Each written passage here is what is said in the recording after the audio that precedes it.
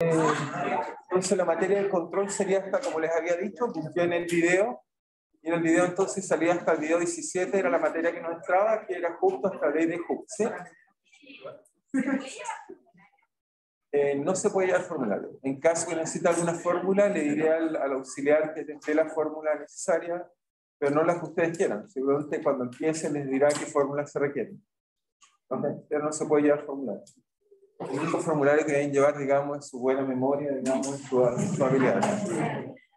¿Ok? ¿Sí? ¿Cómo? No. Lo más probable es que lo haré el miércoles o el jueves, digamos. Y yo también, para evitar problemas para mis auxiliares, tampoco se los paso a ellos. Solamente se los haré llegar el mismo viernes en la noche o algo así. Igual se lo puedan imprimir.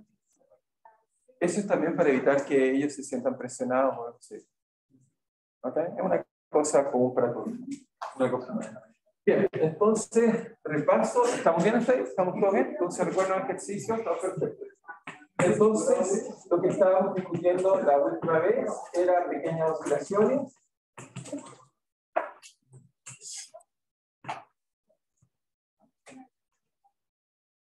Y de pequeñas oscilaciones, esencialmente, es por ahora, la vamos a hacer un poco general, era que tomamos un sistema cualquiera, tenemos alguna coordenada que lo quiera, entonces, lo que teníamos era que esto tenía un potencial, y ese potencial, en realidad lo que estamos pensando es, da un potencial, por ejemplo, lo explicamos acá.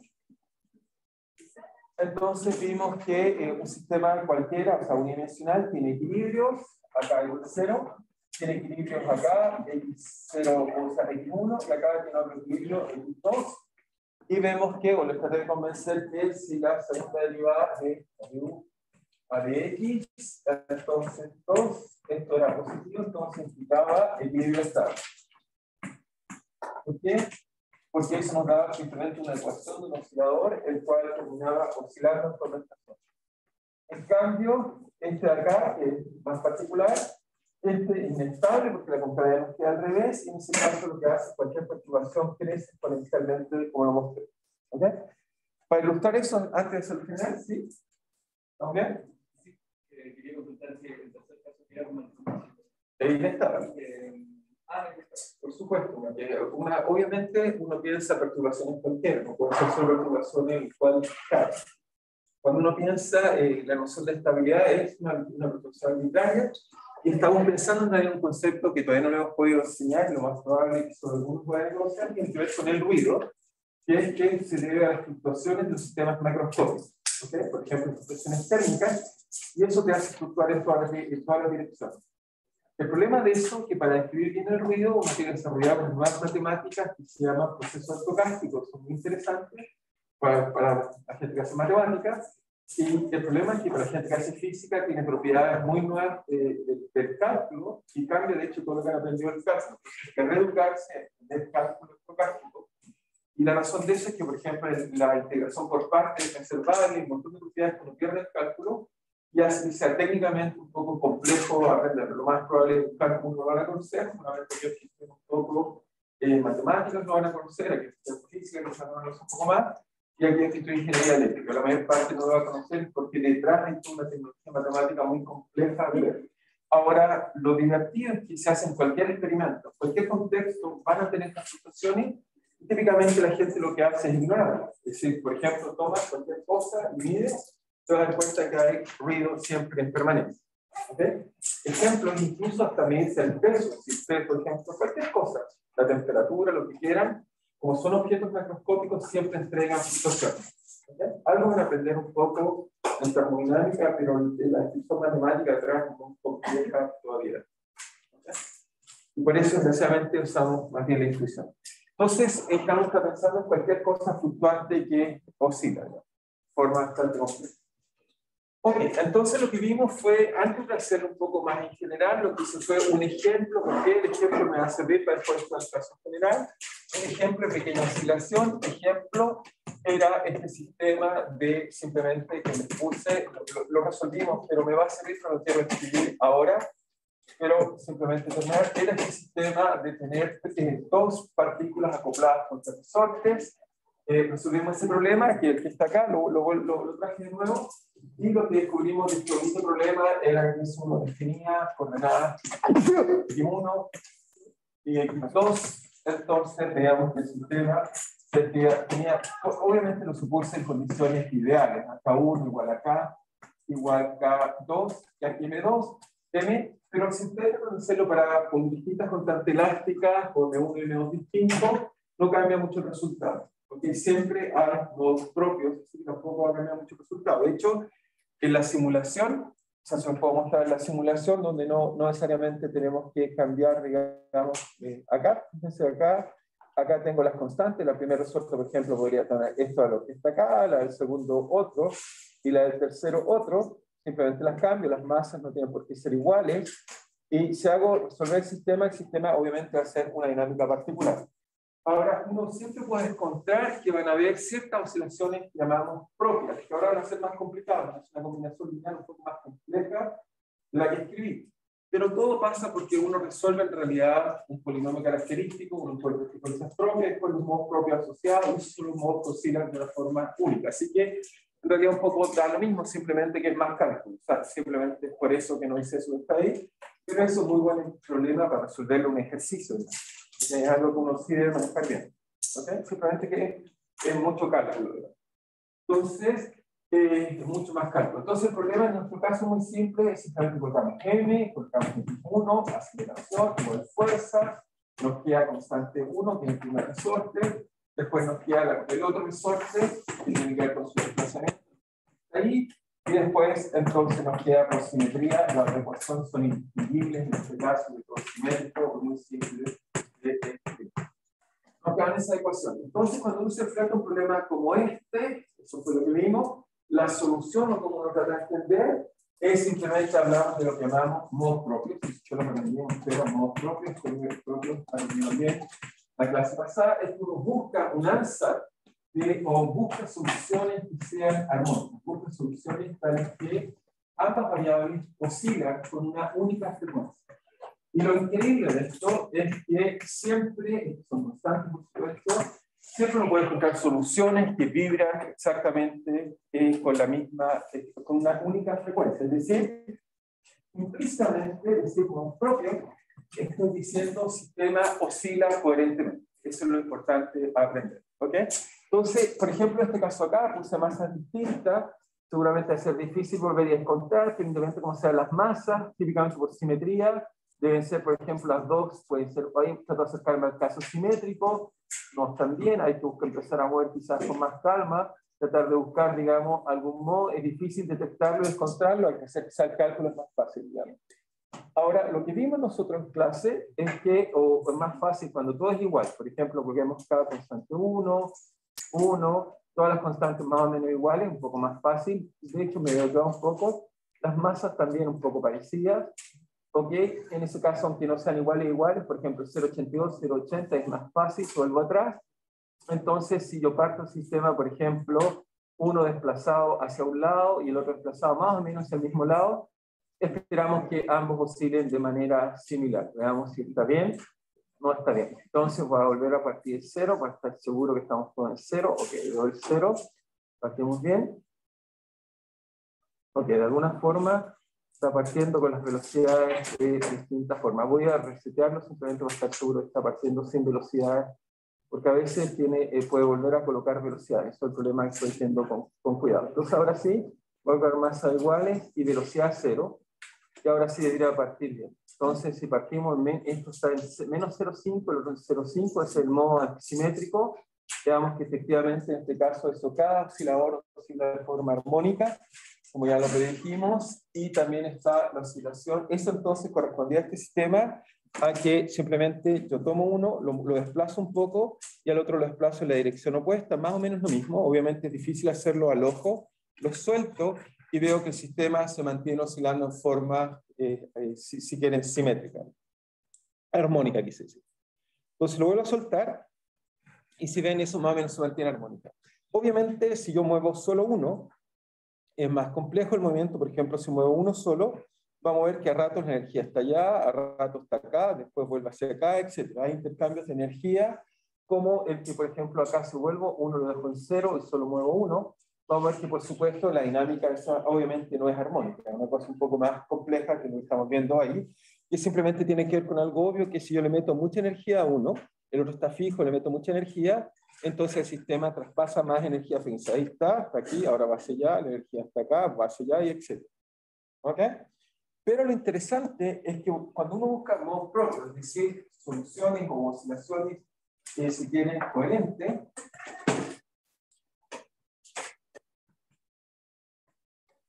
entonces lo que vamos a ver es que después de eso lo introducimos arriba, calculamos un poco, si quieren verlo lo voy a volver a explicar, digamos, en general, pero si quieres lo que hice fue buscar soluciones como eso que está ahí, lo reemplazo en las ecuaciones, encuentro algo así en la forma, algo así como la masa, en este caso la masa es como igual sal un m, pero en general va a ser una matriz de masa, si las masas fueran iguales, una sería M1 y M2, después me queda eso menos, en este caso me queda la masa, me queda aquí un omega cuadrado, cuando derivo 2 veces la exponencial bajo un signo menos, entonces me queda un menos omega cuadrado acá, y hacia acá me queda más un K y J, y esto me queda multiplicado por el vector, en este caso x0, si quieren lo voy a escribir como vector, x0, x01, x02 es igual a 0. Entonces lo que hicimos fue, para resolver este problema, lo que hicimos fue calcular el determinante de esta matriz. Formalmente esta matriz me gusta anotarlo así para que sea un poco más cómodo, digamos. Puede ser menos acá, menos acá. Hacemos el determinante de una matriz. La gracia de resolver un determinante es que si no lo sabemos calcular, es simplemente, o sea, disponer en su cero, nos da un polinomio. Y ese polinomio nos queda un polinomio para W. En principio, seamos capaces de resolverlo, ¿no?, de acuerdo al grado que tiene. Si el polinomio es muy alto, no es muy fácil resolverlo, porque encontrar las raíces de un polinomio es un problema difícil en general, analítico, pero para los computadores es muy fácil usando métodos como Newton Raphson u otros que nos permiten rápidamente encontrar soluciones. Así que ese problema, al menos numéricamente, lo sabemos resolver muy bien. Es decir, con la ayuda de computadores, eso es una trivialidad. ¿Ok? Entonces, eso lo podemos resolver. ¿Y por qué digo eso? Porque muchos problemas de ingeniería van a pasar por hacer esto, la voy a comentar. Cuando hicimos eso, lo reemplazamos, encontramos dos frecuencias. En nuestro caso, encontramos una frecuencia que valía simplemente más menos raíz de K partido por M, y había otra frecuencia que valía más menos raíz de 3K partido por T. Ahora, recuerden que a mí me gusta siempre representarlo en el plano complejo, es decir, tenemos una forma exponencial de I omega t, me gusta pensar como si eso fuera sigma, entonces si hago esto, entonces si represento acá la parte real de sigma, la parte imaginaria de sigma, si lo llamamos el espectro, entonces cuando uno representa el espectro, el conjunto de valores propios, entonces vamos a tener que hay un modo de la forma I raíz de K partido por M, hay I raíz de K partido por M, y hay otro modo que tiene frecuencia más alta, que es 3 veces K partido por M raíz. Y hay otro por acá, que es complejo conjugado, por supuesto, que es I raíz de 3K partido por M. Eso es el espectro. ¿Ok? Esta noción de espectro es vital, porque cuando tenemos un problema cualquiera, en realidad, uno le gusta saber cuál es el espectro con esos X frecuencias propias que existen. ¿Ok? Y después les voy a comentar cómo lo hacemos en nuestra vida cotidiana, para, por ejemplo, estudiar el espectro que tiene, por ejemplo, un auto, una construcción, cualquier cosa que tenga una estructura, uno quisiera saber cuál es su espectro. Eso me dice cómo oscila ese sistema de modo coherente. ¿Okay?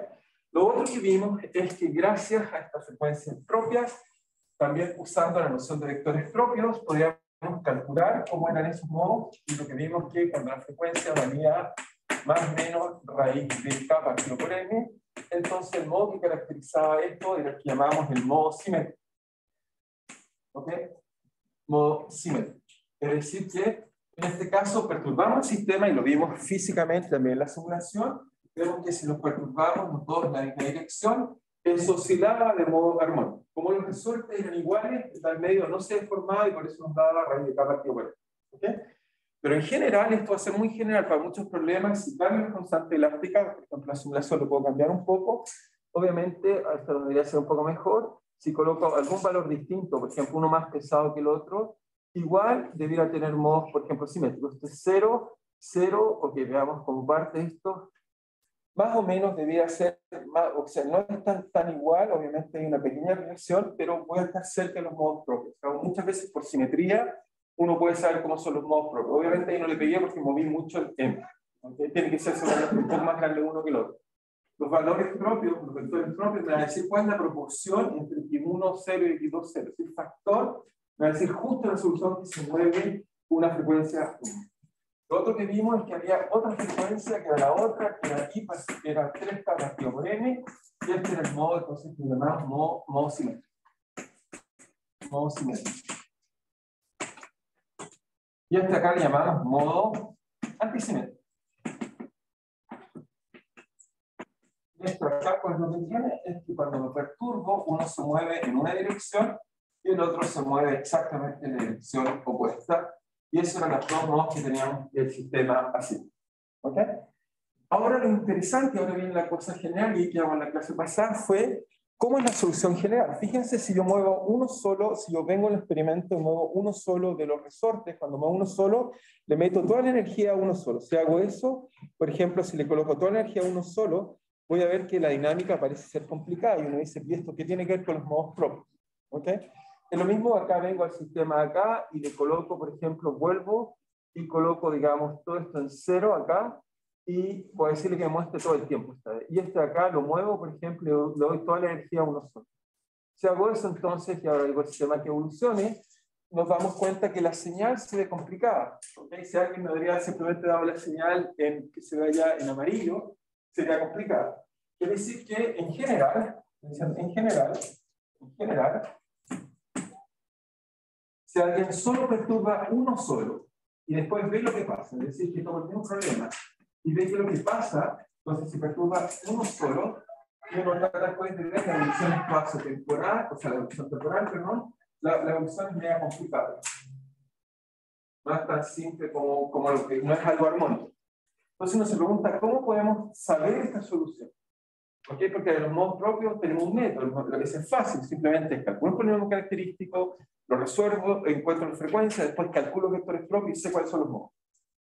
Lo interesante es que esas soluciones me dan todas las soluciones necesarias que necesito. ¿Por qué? Porque una ecuación, en este caso diferencial, de segundo orden y dos variables, uno dice, si yo soy capaz de encontrar dos soluciones independientes que tengo suficientes parámetros, entonces tengo la solución general. La solución general requiere 4 parámetros y 2 soluciones. ¿Ok? Posiciones de cada una y sus velocidades de cada una. Con eso voy a ser capaz de resolver eso.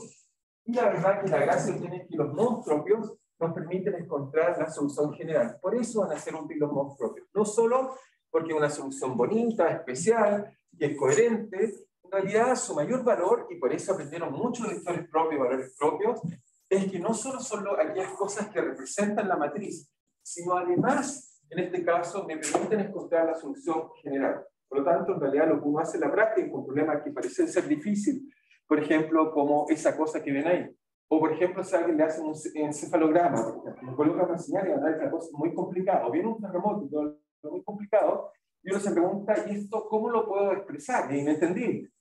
Pero si lo expreso en modos propios, simplemente va a ser algo muy simple que uno entenderá. Este movimiento más esto, otro, etc. Es una forma, es una base natural de representar oscilaciones complicadas. Es una forma interesante. Entonces veamos que los modos propios nos permiten hacer una solución general. Modos propios y solución general. Entonces, como cada una es una solución y la ecuación es lineal, entonces podemos usar el principio de superposición. ¿Y eso lo puede usar? ¿Sí? ¿Escuchó? Perdón.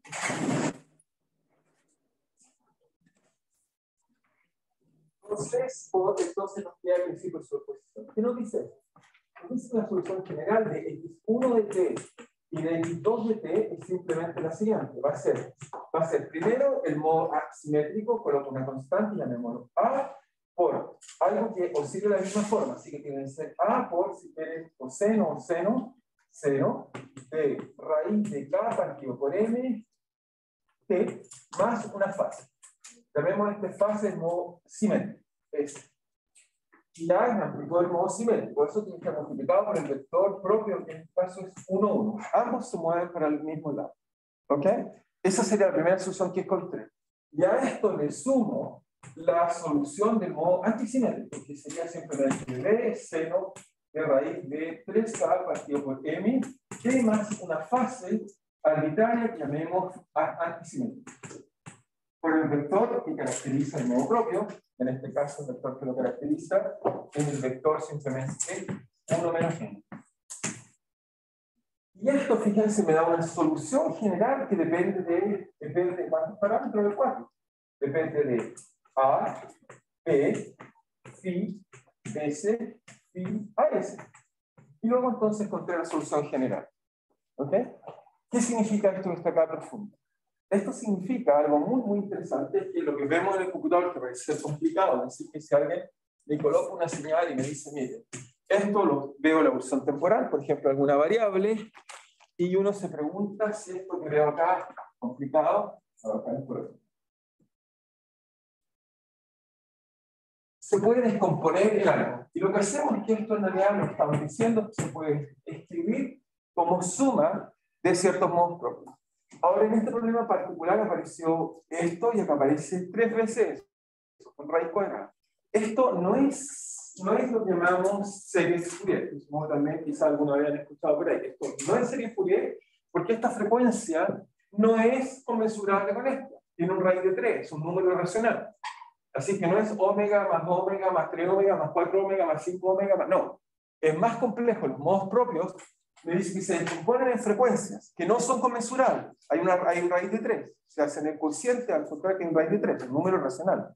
Así que nos dice esto que esta cosa que se ve difícil, en realidad la podemos descomponer en la superposición de dos cosas armónicas. Una que tiene frecuencia omega, que es raíz de k partido por m, más suma en el sentido de espacio, suma más otra solución que tiene el sentido de que la frecuencia es más grande. Si la frecuencia es más grande, quiere decir que superior es más pequeña. Por lo tanto, esta otra solución es así. Sumo esas dos cosas y obtengo lo arriba, ¿sí? Porque hay un menos 1 resta. Porque tienes un modo antisimétrico. Uno tiene que moverse hacia allá y otro tiene que moverse acá. Cuando se mueve uno 1 metro, otro tiene que mover menos 1 metro. Míralo en el experimento. Solo quiero que lo entiendas bien. Si yo, por ejemplo, a esto lo muevo hacia allá 5 centímetros, 2 centímetros, el otro lo muevo 5 centímetros en la otra dirección sin romper todo el resorte. ¿Ok? Obviamente eso nos echa a perder nuestra explicación. Pero si lo muevo de nuevo con cuidado, hacia un lado y otro lado, fíjate lo que pasa. Oh, ahí lo movimos. Debe ser antisimétrico. Entonces, ahí, y ahora sí. Eso se proyecta entre que uno siempre se pasa a un lado y el otro al otro lado. ¿Ok? Ahora uno dice, ya, pero eso es como medio falso. Uno dice, es trivial. Si yo sumo un seno de una frecuencia y le sumo el seno a otra frecuencia, eso debería ser más o menos simple. ¿Ok? De hecho, aprendieron a sumar, supongo que aprendieron trigonometría, a sumar ángulos. Sin embargo, cuando uno suma ángulos, la cosa es un poco difícil y les voy a mostrar un ejemplo para ilustrar que eso no es tan fácil. O sea, uno suma y cree que eso es relativamente fácil, pero no es fácil. Entonces, ¿cómo lo voy a hacer eso? Voy a hacer simplemente la operación de decirle al computador que me sume dos frecuencias. Fíjense que acá te puse, ok, acá tengo un ejemplo, fíjense, acá lo que voy a hacer con el computador, y está acá abajo, le digo al computador que me sume, diga A seno de omega 1 X más B seno omega 2. Omega 1 y omega 2 me da lo mismo. Por ejemplo, uno vale 0,8, 1,4, el valor que ustedes quieran. Y abajo me está graficando la suma. Fíjense que sumar dos senos me hace cosas extrañas como la que vemos ahí. O sea, si yo les muestro esa señal y les digo, esa señal que están viendo ahí, esa señal que ven ahí, ¿es una señal simple o una señal difícil? Ustedes me dirán, eso no puede ser una función trigonométrica. ¿Ok? ¿Están de acuerdo? Si yo les muestro eso, me dirán que no es algo trigonométrico. ¿Sí? ¿Alguien diría que no? ¿O diría que sí? Ok, lo puedo colocar de más lejos, porque alguien dice, sí, esto es periódico. Es que mostrarles, colocarle aún más distancia. Coloquemos hasta 60, porque uno diría, bueno, eso se debe replicar. El problema está que como estoy sumando dos funciones con periodos muy distintos, si además son irracionales, hace una cosa que llamamos cuasi-periodicidad. Entonces decía al computador que lo trate de nuevo de graficar. Ok, vamos a buscarle frecuencia a una, frecuencia a la otra. Ok, me equivoqué en algún número por ahí, puse 0, no, 6, 60. Ok, ahora sí, entonces coloco frecuencia una, frecuencia la otra, eso es solo un armónico, miren ahí, entonces empiezo a jugar y ok, empiezo a encontrar cosas, bueno, puedo ver los números, sí que son, cuando se ven cosas muy similares, llamamos batimientos, porque son medio resonantes, pero si uno coloca, imagínense cosas así, uno va cambiando y uno, fíjense, cuando ven eso van a ver que no hay algo periódico, se ve una regularidad, son solo dos modos, sin embargo no hay algo periódico, ¿ok? Y entonces eso nos hace dolor de cabeza porque típicamente cuando tenemos algo que llamamos cuasi periódico, es decir, esto nunca se repite, no tiene periodo. La razón por la cual no tiene un periodo perfecto es que si este número que está acá y el de al lado son irracionales, esta curva nunca se va a repetir. Solo se repite si una es, por ejemplo, una frecuencia y la otra es un número entero la misma frecuencia. Solo así, o una fracción. Solo así se cierra en algún momento. Pero en este caso, incluso en este ejemplo tan simple físico está acá, descubrimos que los números irracionales están presentes y lo que haría que si trato de entender esa dinámica es de alta complejidad. Sin embargo, y esta es la parte que deben aprender, sin embargo, la descripción analítica es simple. ¿Okay? Y esto hace algo muy interesante. Muchas veces, por ejemplo, no sé, van a ver un medio de la montaña, muéstrame los gráficos de la pandemia, cómo está fluctuando, qué está pasando en el planeta, van a descubrir que aparecen cosas raras y la persona dice, no entiendo nada. Pero eso se puede entender si uno hace descomposición de modos propios, es decir, uno va a seleccionar frecuencias especiales. Aquí sería omega 1, acá omega 2, etc. Y estas frecuencias no tienen por qué ser conmensurables. Y lo interesante es que podemos entender bien las cosas. ¿Okay? Así que a pesar que a veces hay cosas horribles, por ejemplo, uno se pregunta, vino un terremoto y estoy construyendo un edificio y quiero saber qué pasó cuando vibró. Van a encontrar que eso uno dice, eso no es periódico. Porque no es que se pone a vibrar armónicamente, vibra complicadamente. Entonces uno trata de entender y uno dice, ¿cómo puedo entender toda esa complejidad que aparece cuando tenemos, por ejemplo, una vibración o algo complicado? O insisto, por ejemplo, me encanta decir, pues, cuando yo veo, no sé, un electrocardiograma o veo que el corazón cómo funciona, lo que primero debería preguntarme es preguntarme cómo son los modos propios que caracterizan eso, porque eso me puede permitir entender qué está pasando, qué problema hay en el sistema en cuestión. ¿Ok? Eso, ¿cómo lo hacemos? Solo esto va a ser cultura general, pues solamente más algunos van a aprender. ¿Cómo hacemos eso? Por ejemplo, si alguien me coloca un edificio, ¿ok? Y lo perturba, por ejemplo, pasa, no sé, por ejemplo, pensamos un edificio o un puente, por ejemplo, como lo que queremos hacer en el sur de Chile, el caso se está construyendo, de hecho, ¿ok? Entonces, uno, por ejemplo, unimos con la isla de Chiloé, por su resultado, sí, entonces, ok, hemos estado por aquí, por acá, y esto tiene, no sé, algo que nos conecta, ok, y esto tiene algo así. Y tenemos entonces, tenemos, por ejemplo, eso que está ahí, eso sería, digamos, ok, algo que no sé, acá vamos a observar, tiene muchas bacterias, es un poco verdoso. Ok. Y entonces uno se pregunta si cuando pasa un vehículo, ¿cómo se va a perturbar esto de esta causa? Si pasa un vehículo por ahí, uno se pregunta cómo va a perturbar eso de esta estructura. ¿Ok? Si hacen eso, entonces, ¿cómo uno hace esto en la práctica? Solo para que sepan de cultura general. Uno en la práctica lo que hace es que coloca sobre este puente, ¿ok?, un aparato que llamamos acelerómetro, que es simplemente un micrófono, un piezoeléctrico que siente movimientos y lo transforma en señales eléctricas, y por lo tanto eso va a hacer que yo pueda medir en cualquier lugar de textura una señal muy complicada. ¿Ok? ¿Sí? De eso no entiendo nada. ¿Ok? Pero lo que uno hace después es que hace lo que llamamos una transformada de Fourier, y esto lo que hace esta transformada de Fourier de la señal x de t es que acá me calcula y me compone esta frecuencia y voy a encontrar que esto es así. Voy a contar que esto es simplemente así. Si la señal es simétrica, es decir, que se propaga a ambos lados de igual forma, es decir, hay ondas hacia allá y ondas hacia acá, voy a descubrir que entonces es simétrico, esto es más o menos simétrico, no todo tan simétrico, pero más o menos simétrico. Uno encuentra muchas cosas así. ¿Ok? ¿Y qué es esto? Esto me dice la amplitud, esto me da cuenta de la amplitud y la frecuencia. Me dice esta frecuencia 1 tiene tal amplitud, esta frecuencia 2 tiene tal amplitud, etcétera, etcétera. Muy fácil, simplemente son muchas. Obviamente un puente, desde un punto de vista físico, que es lo que diría que si me pregunta en la calle, para usted qué es un puente, bueno, si usted lo está perturbando, yo diría que para mí un puente simplemente son osciladores acoplados exactamente sería algo así, muy complicado, pero serían osciladores acoplados. Y una vez que son osciladores acoplados, calculo modos propios y ya sé cómo oscila el puente. ¿Ok? ¿Están de acuerdo? Ahora la transformada de Fourier, solo por cultura general, la voy a escribir solo para que la conozcan.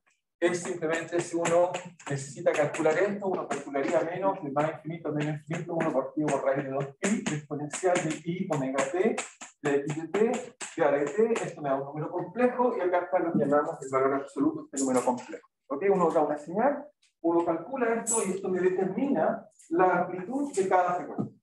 ¿Ok? Una herramienta muy poderosa, que en particular, por ejemplo, la gente que hace comunicaciones o telecomunicaciones es vital, porque es como codificamos y enviamos la información. Pero también nos sirve para estudiar, por ejemplo, insisto, los modos propios. Si quieren ver esta descomposición, me da una descomposición en modos, y si después averiguo qué son. Por ejemplo, si detecto en este puente, por ejemplo, hay un modo muy grande, que tiene una amplitud muy grande, puedo ir a mirar qué es. ¿Ok? Y me da información como vibra relativamente de manera importante ese puente. ¿Ok? ¿Estamos de acuerdo? ¿Sí?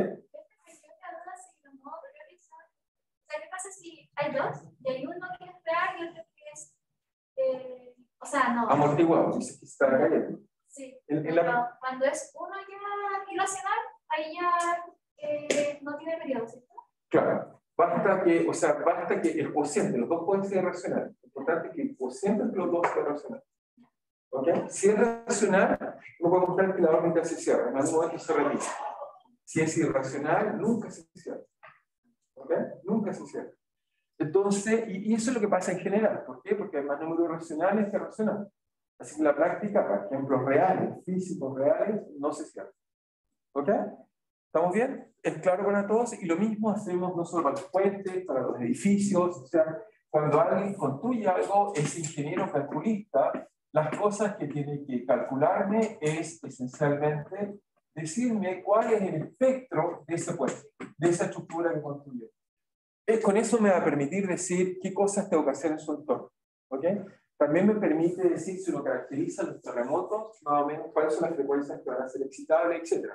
Si uno construye, por ejemplo, un hospital, no se ha fijado, no hay hospitales de 60 pisos. A uno le encantaría subir al 60 pisos para ir, no sé, a mirarse el pie. ¿Ok? No. Y uno dice, pero ¿por qué no construyen hospitales decentes? ¿Por qué se están chiquititos, digamos? Y la razón es porque, obviamente, mientras más alto tenemos más modos, y esos modos, digamos, son más complicados. De hecho, bueno, todos los que vivan, digamos, en algún tipo de edificio sentirán lo que se siente cuando hay temblor. ¿Okay? Y obviamente, como los equipos son sensibles en un hospital, son caros, a eso me refiero, entonces uno los diseña de tal forma que el tipo de frecuencias que tengan sea las menos posible. De hecho, los edificios reales, como lo hacemos hoy en día, se los mencioné alguna vez, están cortados, tienen resortes. Unos resortes enormes en los pilares que hace que se mueva como un sólido rígido. Entonces, cuando viene un temblor, esto se mueve así. Y eso es mucho mejor. Los aparatos no se caen cuando hace esto, cuando se pueden hacer cosas así muy complicadas. ¿Ok? Así que eso nos sirve un montón para entender cosas útiles. ¿Ok? Entonces, antes de explicar la teoría general, solo les voy a dejar un ejemplo propuesto. Entonces me falta una cosa más, que es un ejemplo para que vean cómo sirve tan diverso como es. Por ejemplo, incluso sirve para hacer química. Cuando uno toma una molécula de un punto de vista físico, la primera descripción que uno hace, evitando la mecánica cuántica, por ejemplo, eso que está ahí se tiene una bonita molécula que llamamos H2O. Y uno se pregunta cómo serán los modos de oscilación de una molécula. ¿Ok?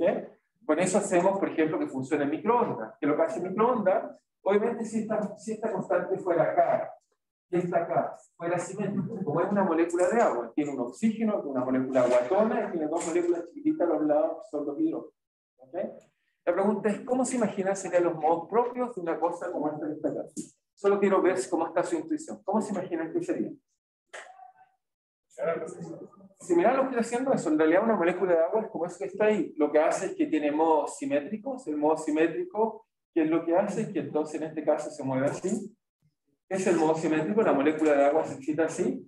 Este es el modo que tiene frecuencia más baja, el modo asimétrico va a ser. ¿Ok? Y como uno dice, pero aquí hay un problema, hay tres variables. Tengo M1, M2, M2. Entonces, tengo mi polinomio característico tiene una variable más, porque hay tres partículas, me falta una frecuencia. Entonces, tengo esta. ¿Ok? Y entonces la otra, si uno lo calcula, es simplemente hay una solución que todo oscila con la misma frecuencia, que en realidad que se mueva como un sólido rígido para el lado, en la traslación pura.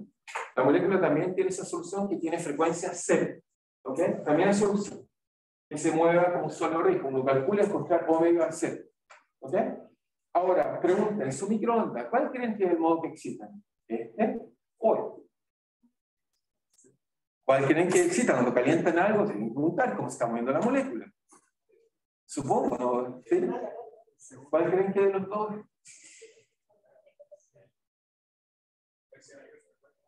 Obviamente, mientras más simétrico es, la frecuencia es más baja.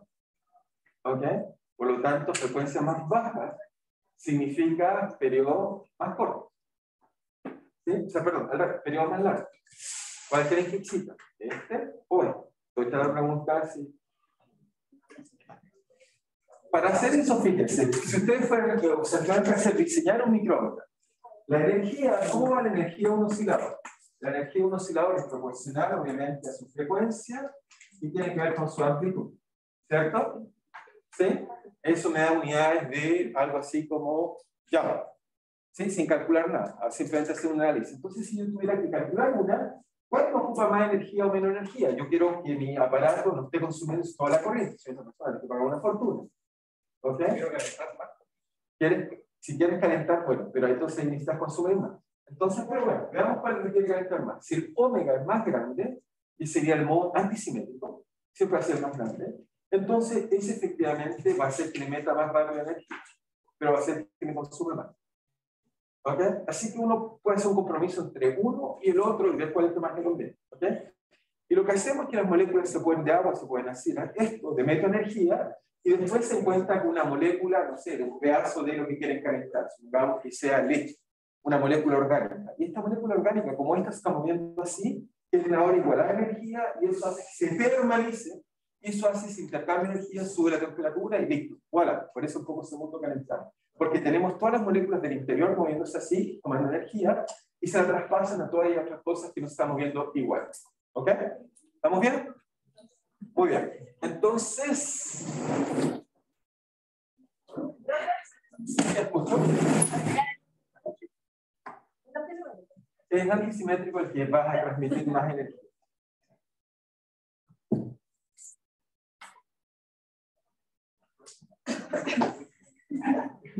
Y obviamente, ¿por qué escogieron cuando hablan de diseño de microondas? ¿Por qué escogió el agua como molécula y no? Porque toda la otra igual tiene una estructura y uno puede hacer modos propios, etc. ¿Por qué creen que escogieron agua? La persona que la diseñó. Porque todo lo que comemos tiene agua. Es solo por eso. Todo lo que comemos también tiene carbono. Todo lo que comemos tiene carbono, pero el problema es que los enlaces de carbono, si tú miras las moléculas orgánicas, no son chiquitas, son muy grandes. Por lo tanto, cuando uno toma una molécula orgánica, lo que quieran, digamos, son gigantescas. Las moléculas de agua más o menos tienen como 3 átomos de tamaño. Una molécula orgánica típica tiene 15 o 20 átomos. Por lo tanto, no solo excitan el carbono, tiene que excitar una cosa llena de resortes, mucho más complejo. Porque entonces uno busca aquellas cosas que son más simples. Y dos, es porque casi todo lo que comemos tiene agua. ¿Okay? Y carbono, como tú dices. Pero pregunta, ¿pero por qué entonces si yo meto un cuchillo o algo metálico tengo problemas? Fijado, si uno mete algo empieza a hacer descarga eléctrica y hay problemas. ¿Qué pasa ahí? ¿Cuál es el problema que hay ahí? Si alguien dice, ¿por qué no hay que meter cosas metálicas? Aparte, el manual dice no hay que meter. ¿Por qué no hay que meter nada metálico dentro del microondas? ¿Sí? ¿Respuesta? No es que se ionice, es que las ondas, recuerden, un metal es algo así como un gas de electrones, están atrapados en la recta común. Si reciben alguna onda, inmediatamente se pueden mover. Lo que hace es que cualquier cosa que tenga electrones libres, los electrones se empiezan a mover como locos. ¿Okay? Y eso genera descargas de luz. Y empieza a aparecer movimiento de descarga. El problema es que esa descarga le puede pegar a la fuente. Si le pega a la fuente, la pierde. ¿Okay? Las moléculas de agua mueven electrones, mueven modos. Los otros son electrones que se empiezan a mover muy rápido, como las ampolletas que ven ahí arriba. Es un gas de carga que está moviendo. Eso genera esta descarga que le puede pegar a la fuente, y yo no quiero que se me queme mi fuente, solo por eso. ¿Ok? Solo por eso. Pero obviamente también calienta eso. De todas maneras, si no me creen, coloquen algo que no tenga moléculas de agua y van a ver que no funciona. ¿Sí? ¿Alguien lo hizo? ¿Alguien se ocurrió? Okay. ¿Qué cosa colocaste? Ah, no, pero eso es para los metales. Pero colocaron algo que no tenga agua. Ok. Me lamento por tu micrófono. ¿Alguna vez colocado, por ejemplo, una cerámica? Si colocan un plato, no le va a pasar nada. Las cerámicas típicamente, o los materiales aislantes, un plástico, no se va a calentar. ¿Okay? Entonces, la sopa en el microondas, lo que se calienta en el plato no es la sopa. Sí, yo sé que me quiero. Ok, pero espérese. Lo que se calienta ahí es, coloquen un plato vacío. Si colocan un plato con líquido, por supuesto, va a haber transmisión de temperatura. Por un rato, la molécula calienta el líquido calienta el plato. ¿Ok? Pero coloquen algo vacío, sin nada de agua. Si colocan algo de agua, está el problema. Eso va a transmitir energía. Algo que no tenga agua, o sea, porque no pasa nada. Puramente, ¿cómo? Bueno, eso quiere decir que tiene alguna molécula que está en el rango de absorción o es que tiene agua. Hay que checar que tampoco tengas esa frecuencia como propio. ¿Ok? Pero en teoría sí tienen materiales que no les pasa nada. ¿Okay? Que no deberían calentarse, no les pasa nada. ¿Ok?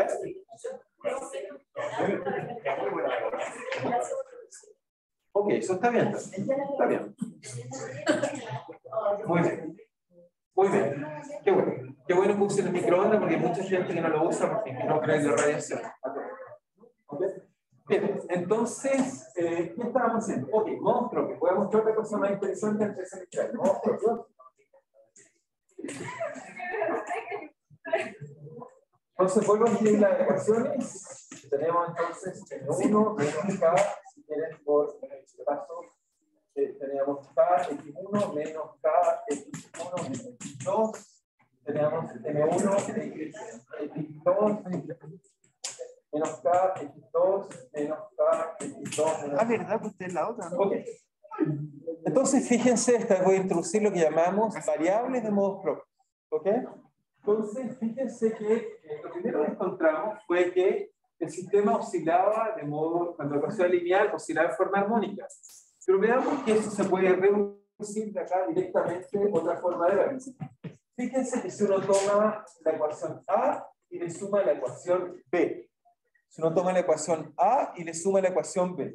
Si yo sumo esto con esto y además defino θ1 mayúscula igual a x1 más x2, fíjense lo que pasa si sumo las dos ecuaciones. Si sumo eso más eso me queda m θ1 dos puntos porque me queda m y dos puntos más m y dos puntos, eso igual a m θ2 punto mayúscula 1 igual a qué.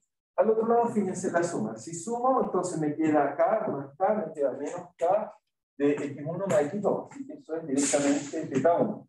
Y después acá, si sumo esto, fíjense, esto es menos K X2, y aquí es menos o menos más K X2 se cancela con ese, y el menos K X1 se cancela con el más K X1 que está acá. Así que la ecuación me queda esto.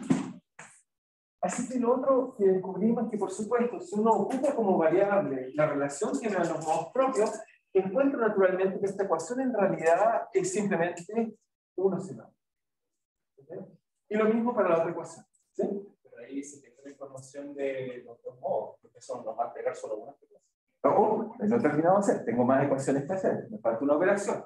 La otra operación que voy a hacer es construir otra variable, A menos B, y defino θ2 igual a x1 menos x2.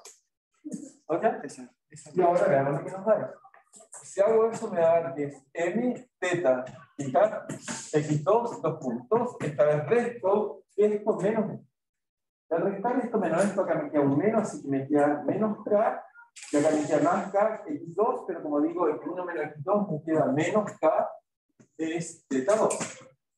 Pero acá, como coloco signo menos, entonces acá me coloca menos, pero acá tiene θ1, x2 menos 1, eso es menos, me queda más k, y acá me queda menos θ2, y acá me queda θ1, por lo tanto, si lo sumo, me va a quedar el 3 que entonces estaba buscando.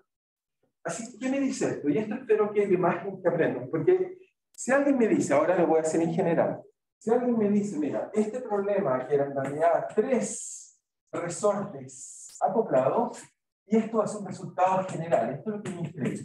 El resorte acoplado, en realidad, lo único que hay que estudiar desde un punto de vista físico es un solo resorte con distintas frecuencias. Porque en realidad este sistema de dos resortes acoplados es equivalente a dos resortes independientes.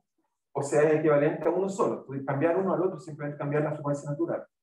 Y esto hace lo increíble. O sea, lo increíble me dice que los modos propios me dicen que no importa cómo sea el problema, puedo tener 200 osciladores acoplados. Eso es un edificio, un puente. Muchos modos acoplados, que se mueve para arriba, se mueve para acá, etc. Lo increíble es que los modos propios me dicen que todo ese sistema en realidad es equivalente a un único oscilador, lo único que hay que ir cambiando es su frecuencia propia. ¿Okay? Y por lo tanto, por eso es tan importante estudiar el ejemplo de Hooke. El ejemplo de Hooke no es solo importante porque lo estudió Hooke, es importante porque en realidad me describe todo sistema que lo perturba un poco, lo llamamos pequeñas oscilaciones, se transforma una vez que calculo los modos propios, en realidad en estudiar uno solo. ¿Okay? Por eso es que lo estudiamos con tanto cuidado y cariño, porque estudiar N acoplado en realidad es perder el tiempo, estudiar uno solo. ¿Okay? Y ese proceso de transformar estos acoplados en uno solo es lo que llamamos modos propios. ¿Okay? Calcular su polinomio característico, calcular vectores propios, y ya sabemos cómo es la solución. ¿Sí? Estudiarlo por separado, da resultados tan complejos y dependientes de dónde escoge el equipo y todo, pero al hacerlo así, la solución solo es dependiente del KN. Claro, pero el problema está que esto saqué esa compleja solución. ¿De dónde se me ocurrió hacer eso? Esta elección de variables finalmente son los vectores propios. Así que la única forma de saberlo es que tengo que pasar por conocer los vectores propios. ¿Okay? Si no conozco los vectores propios, no voy a saber cómo definir esta nueva variable. Los vectores propios me dicen las relaciones de x1, x2, x3, x4, x5, x6, me dice que multiplico por 1 por 40. Suma eso y voy a encontrar que la ecuación se transforma en un oscilador. ¿Okay? Esa es la profundidad. ¿Okay? Y esa es la parte que no es obvia de saber a priori. Te hubiera dicho a priori, te hubiera dicho, sí, es trivial, pero ¿cómo se me ocurrió definir esta variable? Definir esta variable, además, por otro lado, ¿cómo se me ocurrió restar y sumar la ecuación? ¿Okay? Así que pasa por eso. Así que no puedo eludir calcular el polinomio característico. Si no lo hacen así, con muy poca probabilidad de encontrar la solución. Salvo que el problema sea muy, muy obvio, es muy difícil encontrar esa relación. ¿Okay? Es como cuando alguien te dice, y eso espero que hayan aprendido en su curso de álgebra, me dan una matriz, y después yo le tengo que decir cómo son los vectores propios sin calcular el polinomio característico. Muy difícil. ¿Okay? Solo lo sabes, está lleno de números. Piensa en una matriz de n por n. Son n por n números y los tengo que transformar en n números. Esa es la información que tiene escondida la matriz. Esa relación de esos n números finalmente es lo mismo que hace todo. ¿Okay? Así que tiene exactamente la misma dificultad. ¿Okay? ¿Sí? Como es solo un oscilador, ¿el gráfico no quedaría sinusoidal? ¿O no? Porque son distintos modos. No, recuerda que es sinusoidal para la frecuencia propia. Por supuesto, la solución general es la superposición de todos los osciladores, si quieres colocar aquí, en osciladores independientes. Eso es equivalente físicamente a resolver uno solo. ¿Okay? Pero la suma es el problema. Ya te dije que sumar senos es difícil. Sumar senos hace cosas inesperadas, hace cosas feas como lo que estás viendo acá. El computador lo está sumando bien. No es que no lo esté sumando correctamente, lo suma bien. El problema es que cuando lo suma, entonces encontramos cosas como las que te dije y son, por ejemplo, lo que estás viendo ahí, cuasi periódicas. Son difíciles de entender. Nuestro cerebro fue diseñado para ver cosas periódicas. ¿Okay? Pero cuando a alguien le pongo algo cuasi periódico, estoy seguro que no va a encontrar regularidad. Fuimos diseñados para eso. O sea, biológicamente sabemos buscar regularidades. Cuando encontramos cosas muy regulares, no somos capaces de hacer la información. Y ahí la transformada de Fourier y ahí este tipo de composiciones fueron vitales porque nos hace un paso sustantivo que nuestra mente no es capaz de hacer fácilmente. ¿Okay? O sea, los solos cuasi periódicos, de hecho, si alguien le coloca algo caótico, cuasi periódico, son dos cosas muy, muy distintas, es incapaz de distinguir. ¿Okay? Por ejemplo, la economía será cuasi periódica o será caótica.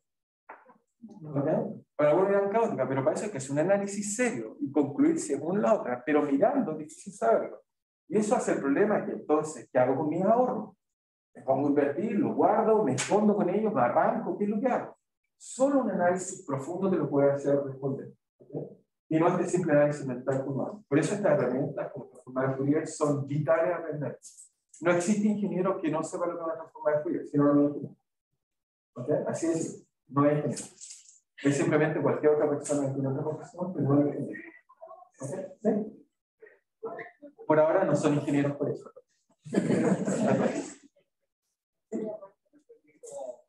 Dijo que cambio de variedad.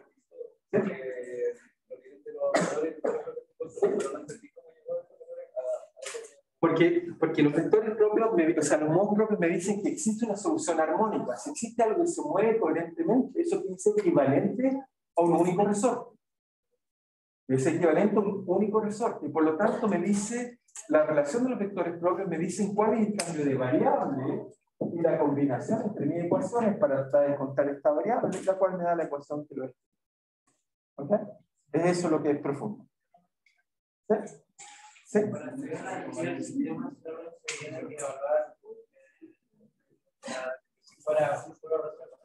Voy a mostrar eso ahora. Voy a mostrar la importancia, porque hasta ahora hice un ejemplo. Ahora sí muestro en general. ¿Okay? Ahora voy a mostrar lo que es en general. ¿Okay? Entonces hagamos unas pequeñas oscilaciones en general. Porque esto fue un pequeño ejemplo que nos permite pequeñas oscilaciones. Entonces, en general, ¿qué es lo que uno tiene en general? En general uno va a tener muchas ecuaciones distintas, cosas que uno está estudiando, y vamos a suponer que esas ecuaciones se escriben en general de la forma, si quieren verlo así, como M, R, I, igual una fuerza F. ¿Ok? Eso que está ahí es un conjunto de ecuaciones, son muchas ecuaciones. ¿Ok? No estoy diciendo que hay una única ecuación, esos son I ecuaciones. Olvidemos I ecuaciones. ¿Ok? Muchas. ¿Ok? Ese sistema dinámico es así, pero vamos a suponer, lo primero que voy a suponer por simplicidad, voy a suponer que el sistema es potencial. Es decir, que existe un potencial y caracteriza entonces, en este caso, la dinámica del sistema. Eso significa que el potencial es función de todas las coordenadas y obviamente el gradiente me da, el gradiente me da la dinámica del sistema. Lo único que voy a suponer es que el problema es conservativo. ¿Okay? Si tengo un problema conservativo, no importa cuál sea la dimensión, ¿okay? Por ejemplo, eso podría ser una molécula orgánica, ¿okay? Y me pregunto cómo es el equilibrio, cómo son los modos de oscilación. ¿Okay? Y eso lo hacemos con el sistema en química, lo hacemos sistemáticamente. El problema es que para encontrar el equivalente a estos potenciales es un poco mecánica cuántica y eso requiere un consumo de computadores muy intenso que no tenemos tan fácil acceso en general. Pero eso hacemos todo el tiempo. Entonces, muy bien. Entonces, ¿qué hacemos ahí? Entonces, este potencial, que es un problema muy complicado, en dimensión muy alta, imaginamos que si está un potencial así, vamos a anotarlo así, está con una dimensión enorme. ¿Ok? Entonces, acá tenemos, no sé, R1, R2, R3, etcétera, así. Y acá dejamos el potencial. Creemos entonces que por aquí tiene un equilibrio que llamémoslo, si quieren por simplicidad, X0 vector. Y, por supuesto, para todas las componentes. ¿Ok? Encuentro un equilibrio. Aunque independientemente del sistema sea dimensión algo. Encuentro un equilibrio. ¿Ok? Si encuentro el equilibrio, entonces X0, estoy diciendo 0 de I, es equilibrio del sistema.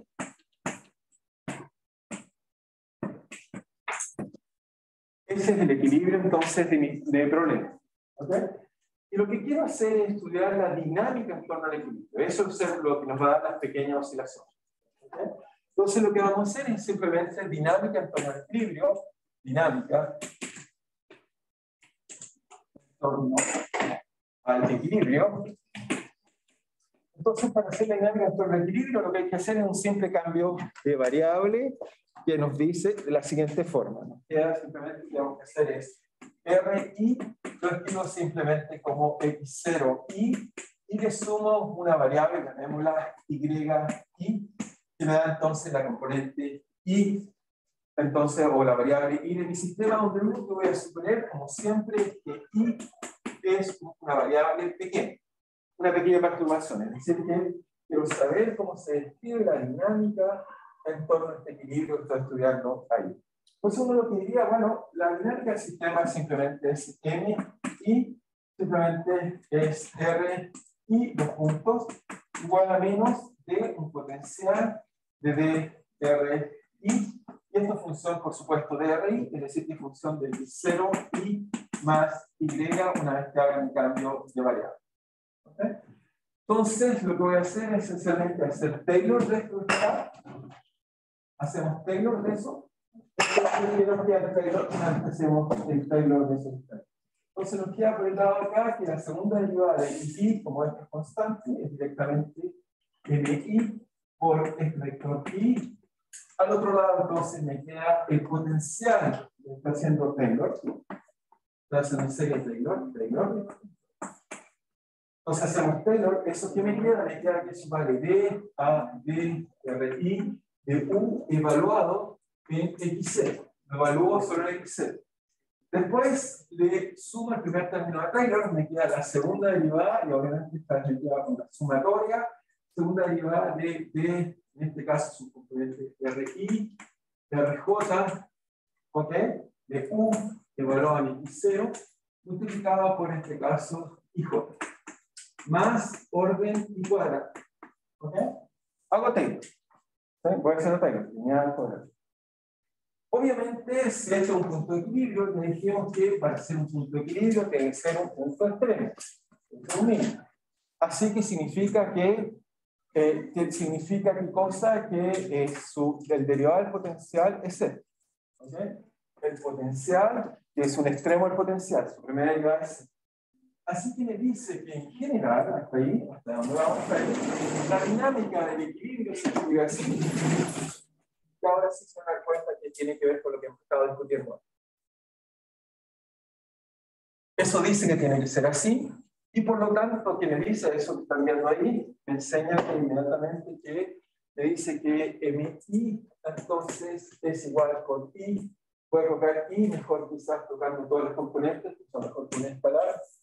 Para no me quede tantos vectores, me va a quedar entonces menos sumatoria de J, o expresión J de U derivada con respecto a I. Bueno, estas derivadas son, las puedo colocar como I o derivadas de R, son las componentes. Esta es la derivada de J y aquí me queda IJ. Me queda simplemente IJ. ¿Okay? Es esto que está acá, que si quieren lo puedo representar, por ejemplo, MI lo puedo representar de forma matricial, como simplemente una matriz diagonal, o si quieren, lo puedo escribir así, si quieren, como MJ o M cualquiera, por una delta, siempre puedo escribir en forma matricial como una matriz así. ¿Ok? Siempre puedo escribir eso como si fuera una matriz IJ, hasta que en realidad es una matriz diagonal. Esta parte acá siempre lo puedo escribir como si fuera una diagonal, gracias a que usé una delta de Cronov. ¿Okay? Recuerden que eso es la matriz de identidad. ¿Ok?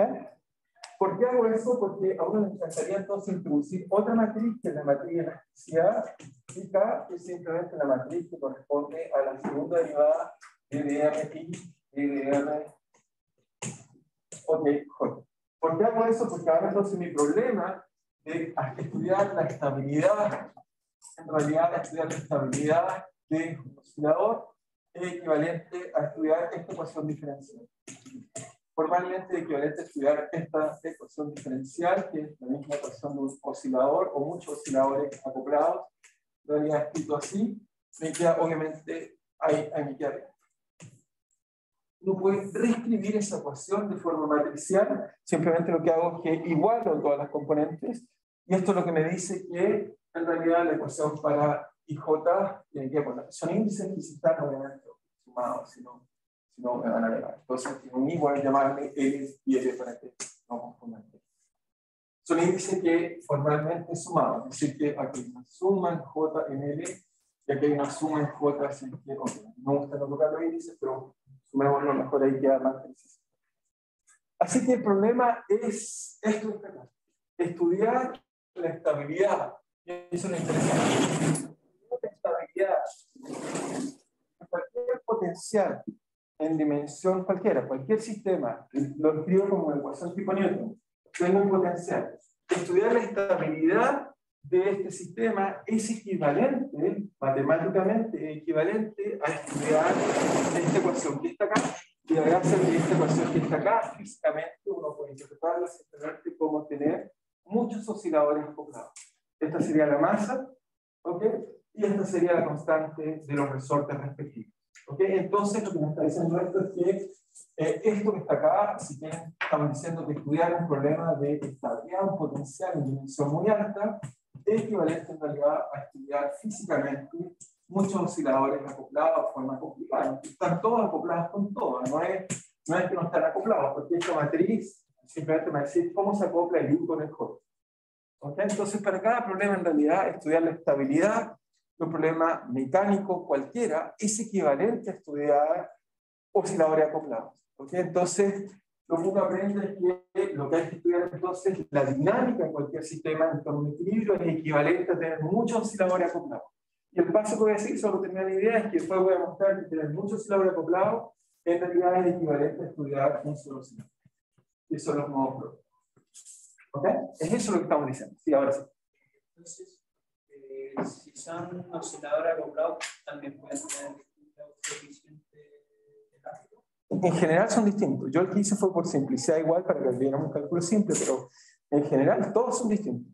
Y de hecho están todos acoplados con todo. Esta matriz no tiene por qué tener muchos ceros. Podrían todos estar acoplados con todo.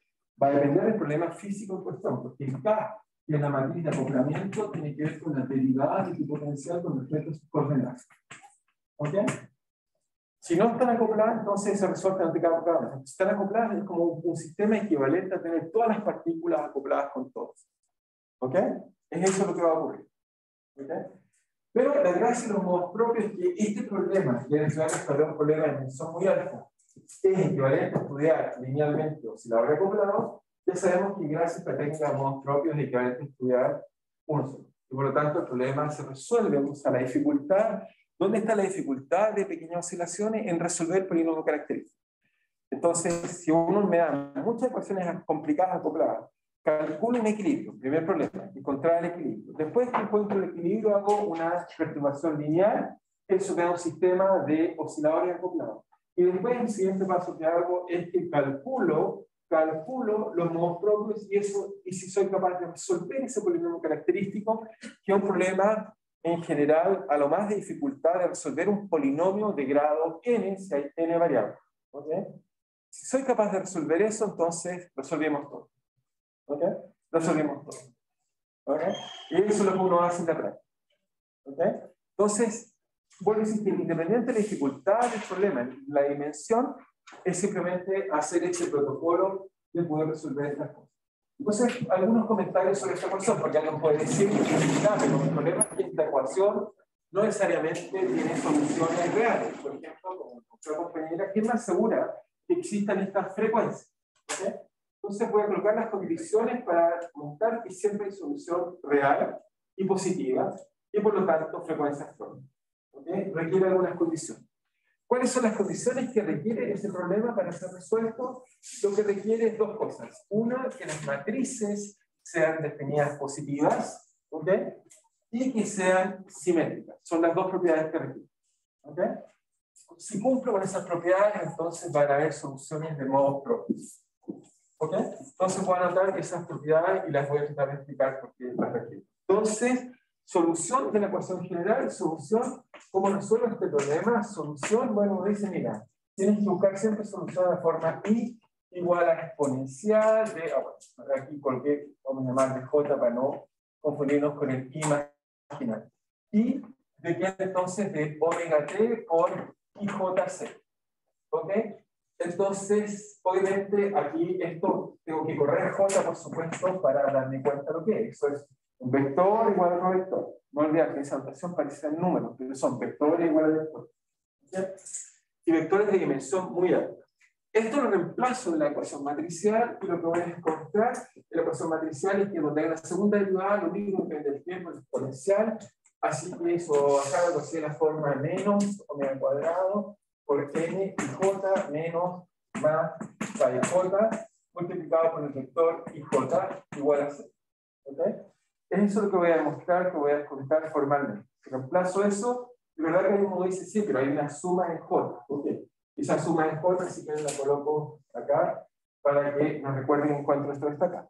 ¿Okay? Esa suma en j, en realidad uno se la imagina matricialmente, porque cuando uno sumar, es lo mismo que recuerden multiplicar la fila con la columna y la matriz. eso es exactamente la misma operación, por eso uno se lo imagina más bien vectorialmente, es decir, que formalmente esto no se imagina como omega de la matriz de inercia, si nos gusta llamarlo, menos más la constante elástica, o matriz elástica de inercia, y eso entonces por el vector W igual a 0. ¿Ok? Eso, vector, por eso es lo que me da esta suma que está aquí. ¿Ok? Y tengo cuántas componentes y componentes. ¿Ok? Entonces, la primera propiedad interesante, o algunas propiedades que requiero para que tenga solución, propiedad, entonces, es que por supuesto, para resolver una ecuación, una matriz por un vector igual a 0, la solución no trivial requiere que el determinante, me faltó un número cuadrado, requiere que el determinante de esta matriz sea 0. ¿Ok? Esa es la primera propiedad que requerimos. Si eso me permite determinar los ómegas. Los ómegas son incógnitas, pero imponer que el determinante sea 0 hace que tenga soluciones no triviales. Si no, la única solución que me queda igual 0, pero si es 0, obviamente vuelvo a la solución que tenía antes, que era el equilibrio. Yo quiero estudiar la dinámica en torno al equilibrio, así que tengo que explorar un poco más allá. ¿Ok? Tengo que explorar un poco más allá. Entonces, lo primero que queremos es que para tener solución,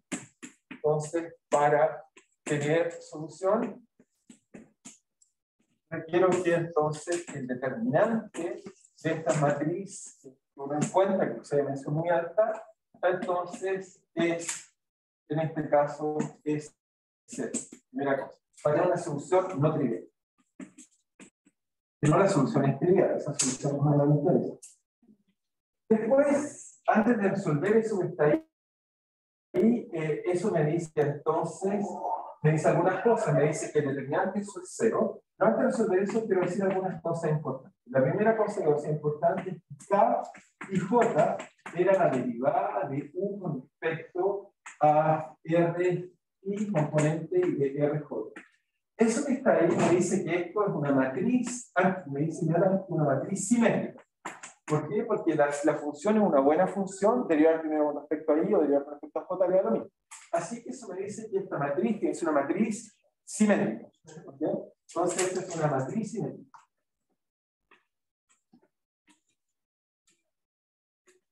Primera cosa. Y la segunda cosa que es menos obvia, y no sé si en eso poniendo énfasis, cuando se lo enseñaron, les dijeron, pero no sé si todos saben lo que es una matriz definida positiva, solo por explicar lo que quiere decir eso. ¿Cómo que lo aprendieron? ¿Se recuerdan que una matriz definida positiva, más o menos?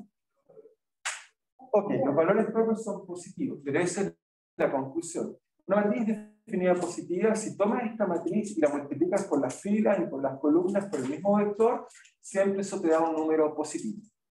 ¿Ok? Esa es la definición en general. Eso no tiene que ver con calcular valores propios, sino hay que calcular.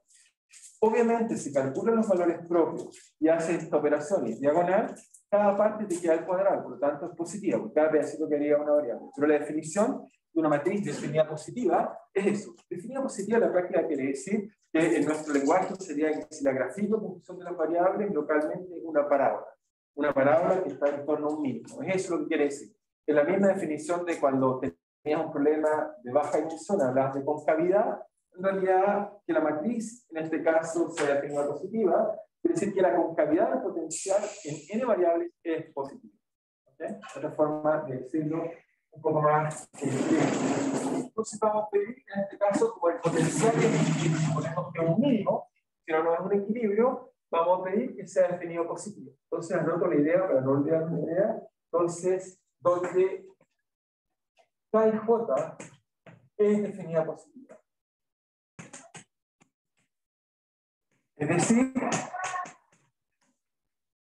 entonces significa, es decir, matemáticamente significa que si yo tomo esta matriz y la multiplico por un vector, por la fila, por la columna, esto siempre es un número positivo. Se dice semi-definida positiva cuando es igual a 0, pero definida positiva es que estrictamente es positiva. Es decir, matemáticamente, si tomo K, lo multiplico por cualquier vector que me dé la gana, B, I, B, J, esto tiene que ser positivo cuando hago esa operación. Donde B es cualquier vector. Para todo, B vector. ¿Ok? Eso hace que sea positivo. Matemáticamente eso es equivalente a que todos los vectores propios sean positivos. ¿Ok? Eso entonces, notar bien, esto es solo para complementarlo con un compañero, entonces notar bien, esto implica luego los valores propios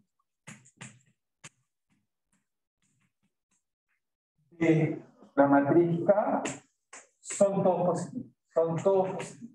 Si tenemos 0, inmediatamente definida positivo. Todos positivos.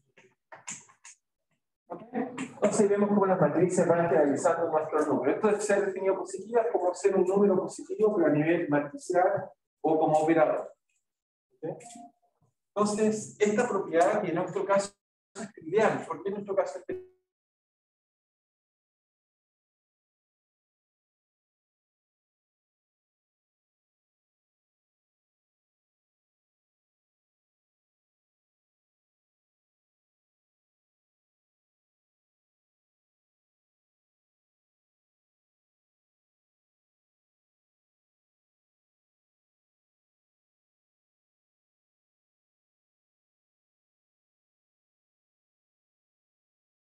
¿Por qué eso sirve? Ahora veamos que esto me sirve para demostrar que esta ecuación que tenemos acá, esta ecuación siempre tiene solución. Y tiene solución real. Es eso lo que nos va a importar. Entonces, el M, bueno, obviamente en este caso lo construí como una diagonal. Entonces, esta matriz. Esto es igual a 0. Entonces, el M, no dije nada, pero obviamente el M era una cosa así como MI por un delta IJ. Obviamente, esto es una matriz diagonal directamente.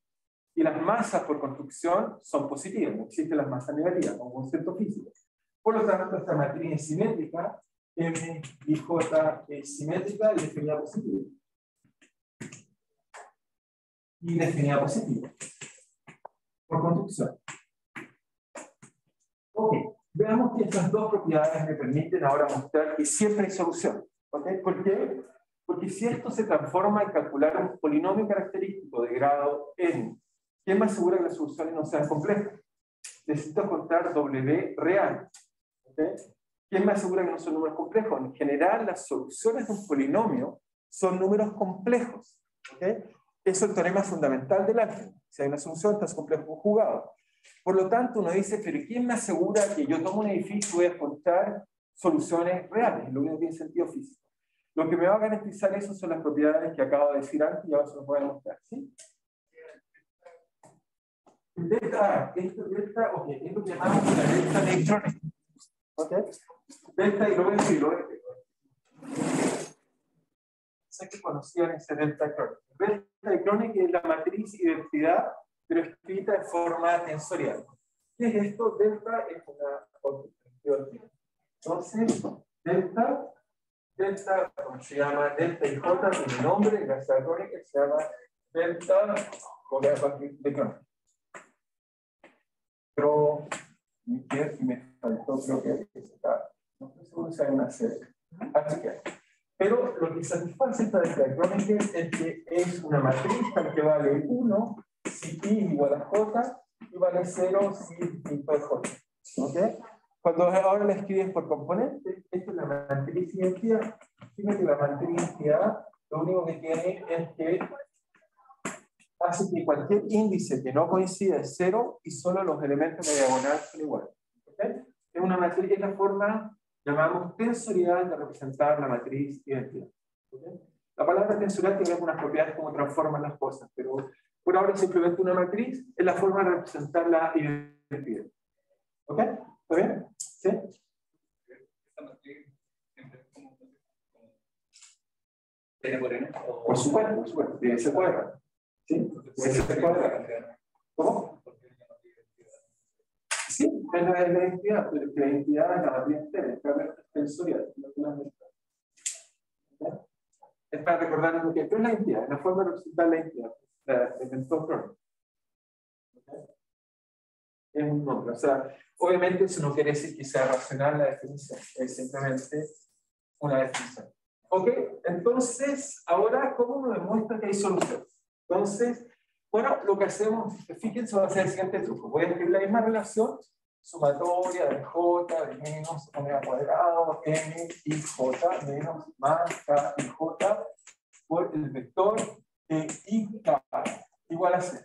Entonces lo que voy a hacer el siguiente truco, y en un pequeño truco voy a multiplicar esto por I.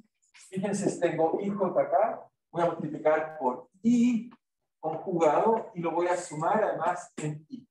Entonces voy a sumar esto, voy a sumar en I y J, ahora sumo los dos índices, me queda menos 1 al cuadrado, M y J, más K y J, y acá me queda IJ por I conjugado I igual a 0. Fíjense que ahora sumé, está sumando en todos los índices. Así que eso está contraído con eso que está ahí, está sumando. Por lo tanto, el W lo puedo despejar, porque ahora sí son números. Formalmente me queda el W es igual a simplemente la sumatoria de I, J, de K y J, de I por I, ok, Y por I, dividido por la sumatoria de I, J, de simplemente M y J por I por IJ. Ok, IJ por I conjugado I. ¿Qué me queda eso? Formalmente la solución de este problema es eso que está ahí. ¿Ok? Simplemente sumé, porque han tenido un índice, y lo multipliqué por el complejo conjugado. ¿Por qué?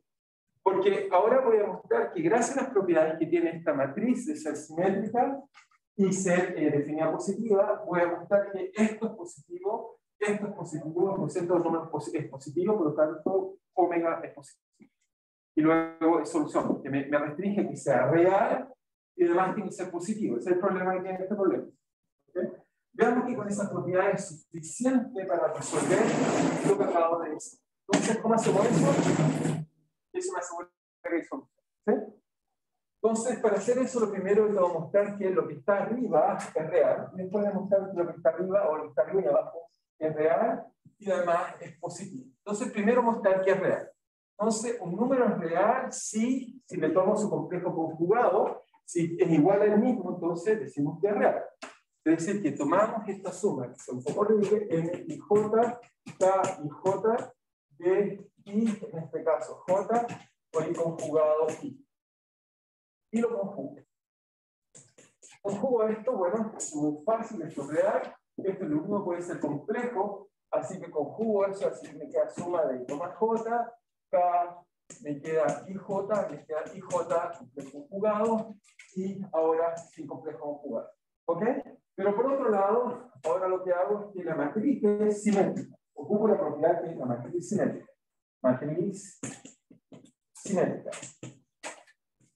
La matriz simétrica, entonces me queda que sumatoria de IJ, entonces invierto los índices, me queda que eso es JI de IJ asterisco, me queda, perdón, ahora me queda I con ese que está ahí, me queda I acá. Entonces lo voy a invertir los cuidados, que es J, I, y me queda entonces I por I asterisco J. ¿Ok? Pero ahora fíjense, estos son índices de suma, son cosas mudas. Por lo tanto, lo que llamé I lo puedo llamar J, lo que llamé J lo puedo llamar I. Es arbitrario, mi definición. Es simplemente sumo sobre eso. Por lo tanto, si invierto los signos, es decir, que el orden con que lo estoy llamando, no es que esté invirtiendo algo, entonces lo llamé J, ahora es I, entonces aquí J de I por I asterisco, entonces me queda, perdón, I, J, I, y acá me queda J. Ahí está. Y fíjense, lo que está acá arriba, ahora sí, lo que está arriba es igual a lo que está abajo. Por lo tanto, me dice que su número y su complejo conjugado son iguales. Por lo tanto, lo que concluyo de eso es que si un número conjugado es igual a sí mismo, la única posibilidad entonces es que es real. ¿Okay?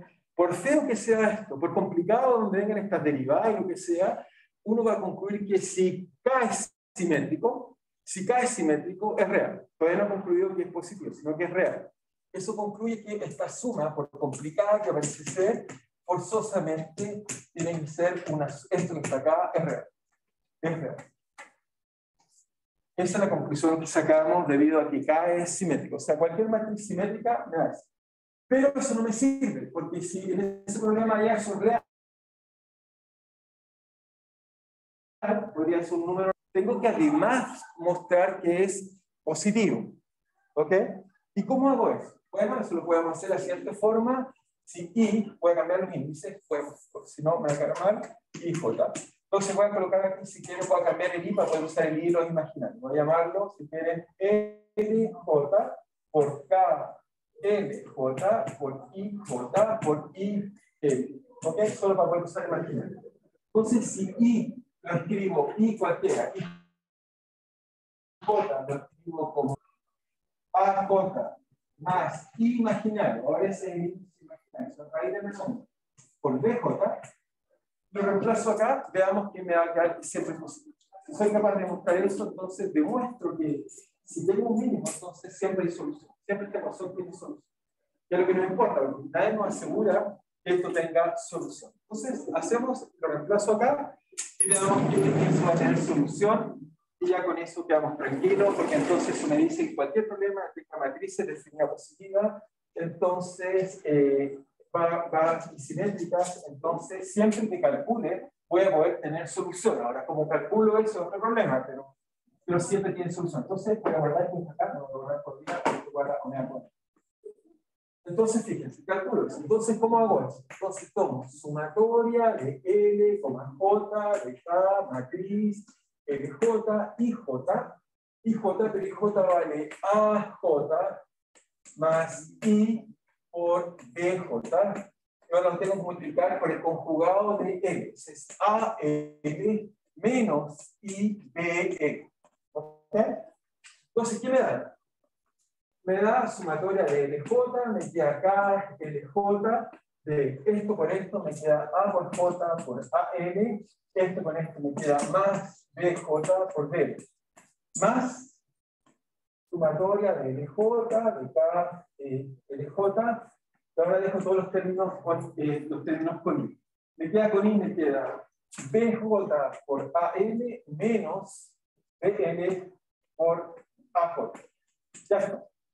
¿Esto por qué dijo ya está? Fíjense que ahora nos queda la solución. Bueno, esto es una matriz simétrica. Esto que está acá es una matriz antisimétrica. ¿Por qué es antisimétrica? Porque si yo cambio J por L, me sale un signo menos para afuera si lo veo como una matriz. Si yo invierto los signos acá, debido a menos eso, me queda menos la matriz. Así que el producto de una matriz simétrica o una antisimétrica, ¿cuánto vale? 0, pero que normalmente una álgebra, 0, ok, simplemente porque al sumar se van a restar, ok, así que esto nada que fue 0, forzosamente una matriz simétrica, porque cada J es simétrico, y por lo que lo estoy multiplicando es una matriz antisimétrica, ok, es algo que tiene dos índices, tal que si los invierto me sale un signo menos por construcción. Y esto acá, al otro lado, y esto acá, ya está la respuesta, y esto acá, ¿qué me queda? Me queda que esto es una matriz simétrica, eso está bien, simétrica. Pero fíjense, ya les dije que una matriz es definida positiva si al multiplicar K por el mismo vector o por el mismo vector tiene que ser positiva. Por eso la llamé matriz positiva. La matriz positiva es multiplicarla por los mismos vectores, siempre es mayor que 0.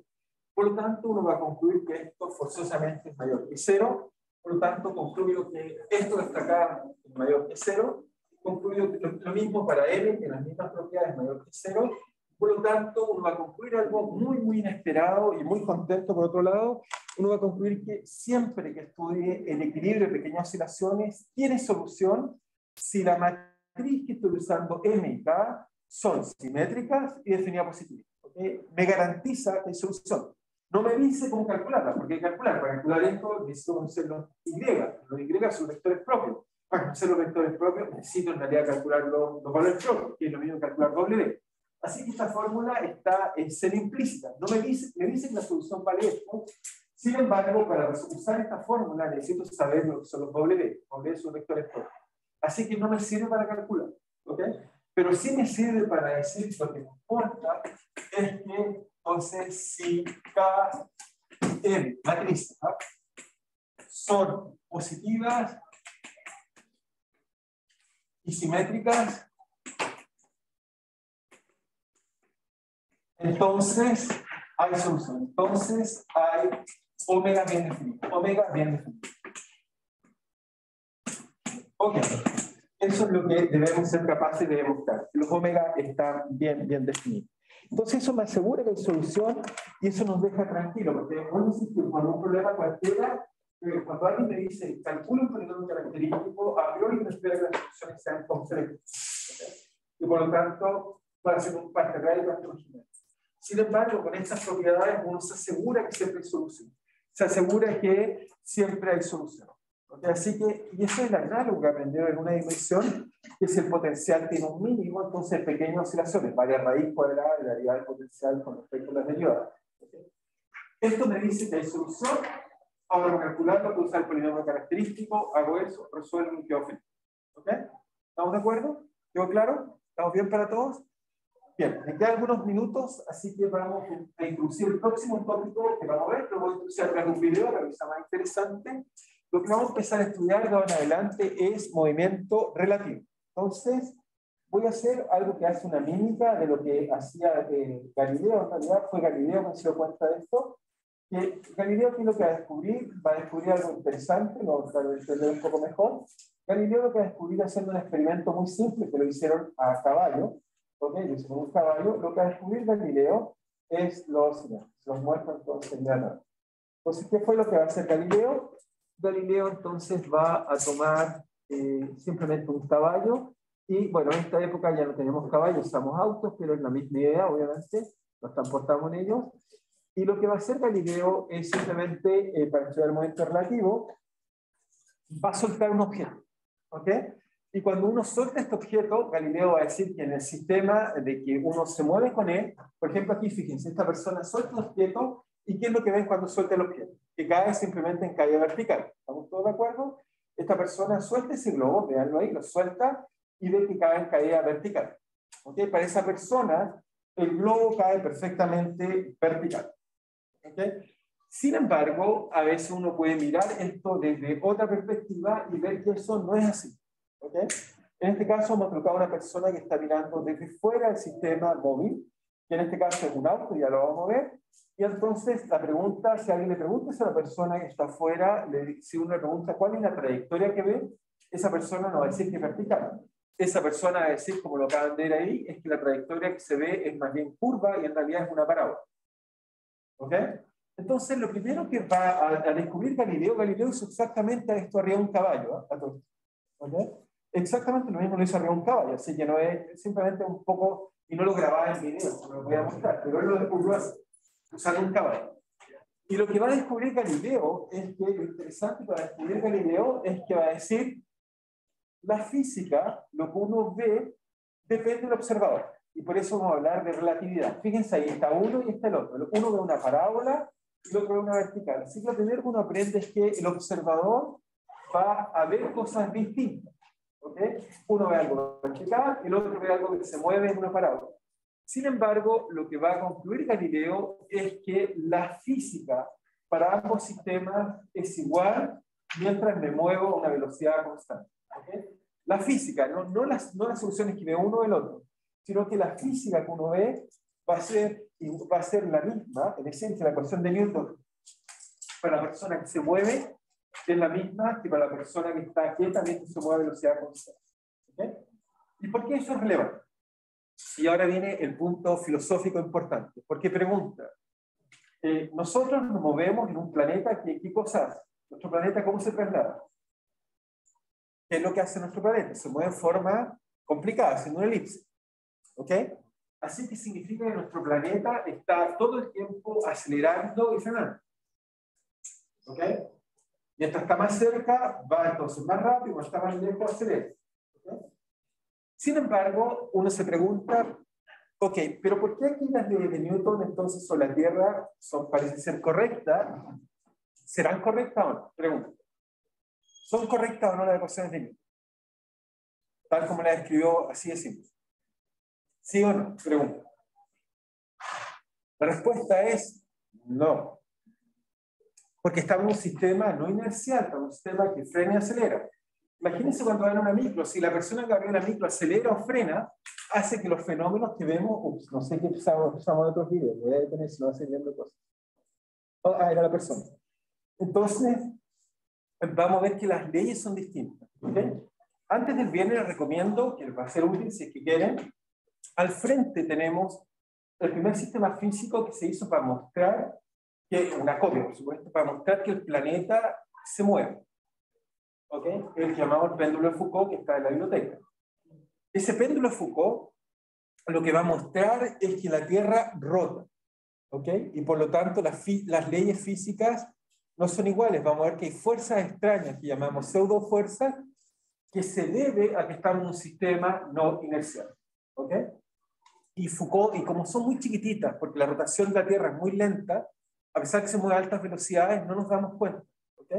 Pero si tuviera un planeta que se moviera de forma más abrupta, obviamente jamás habríamos descubierto las leyes de Newton. ¿Ok? Tuvimos la suerte de encontrar las leyes de Newton en un sistema inercial y pasamos a un sistema no inercial aproximadamente. ¿Ok? Lo divertido, y esta es la última pregunta que les voy a hacer, es: ¿conoce algún sistema inercial? ¿Alguno de ustedes conoce algún sistema inercial donde las leyes de Newton son las que hemos enseñado hasta ahora? ¿Conoce alguno físico real que sea verdad eso? No, no conocemos ninguno.